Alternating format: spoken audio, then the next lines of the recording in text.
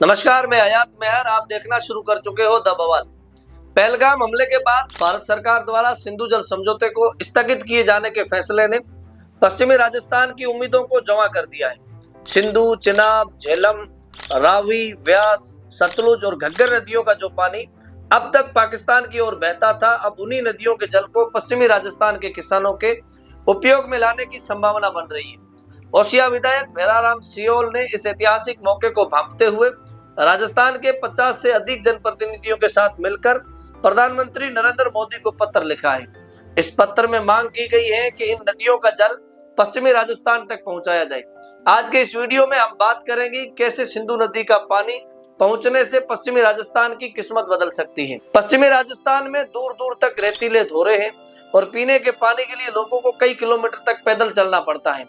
जैसलमेर, बाड़मेर, फलोदी, नागौर, बीकानेर, गंगानगर और सिरोही जैसे जिलों में पानी की किल्लत से लोग अक्सर परेशान रहते हैं।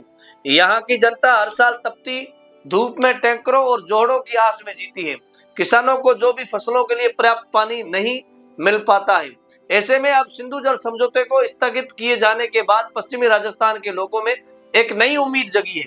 भैराराम सियोल ने प्रधानमंत्री मोदी को भेजे गए पत्र में लिखा है कि जब भारत सरकार ने पहलगाम हमले के बाद सख्त रुख अपनाते हुए सिंधु जल समझौता स्थगित किया है, तो अब ये वक्त है कि इस पानी का उपयोग देश के सूखे इलाके में किया जाए। उन्होंने पश्चिमी राजस्थान के लिए एक नई western Rajasthan lift canal project यानी WRCP बनाने की मांग रखी है। उनका कहना है कि अगर राम सेतु लिंक और ERCP जैसी परियोजनाएं पूर्वी राजस्थान के लिए लाई जा सकती है, तो पश्चिमी राजस्थान को क्यों छोड़ा जा रहा है। यदि ये योजना अमल में लाई जाती है तो मरुधरा की तकदीर बदल सकती है। पश्चिमी राजस्थान का अधिकांश क्षेत्र वर्षा पर निर्भर है, जिससे यहाँ की खेती सीमित क्षेत्रों में होती है।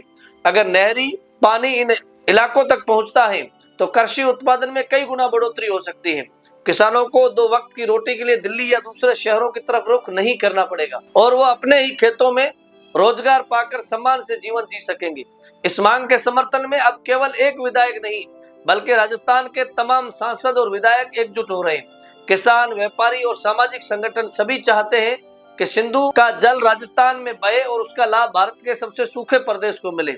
अब सबकी निगाहें प्रधानमंत्री नरेंद्र मोदी और केंद्र सरकार पर टिकी है कि क्या ये सिंधु जल को मरुस्थल की मिट्टी तक लाने के लिए जरूरी कदम उठाएंगे। क्या western Rajasthan lift canal project एक हकीकत बनकर उभरेगा। अगर केंद्र सरकार इस मांग को सुनती है तो ये फैसला न सिर्फ पश्चिमी राजस्थान के लिए बल्कि पूरे प्रदेश की खुशहाली के लिए मील का पत्थर साबित होगा। आज के इस वीडियो में इतना ही। फिर मिलेंगे किसी नई खबर के साथ। तब तक देखते रहिए द बवाल। शुक्रिया।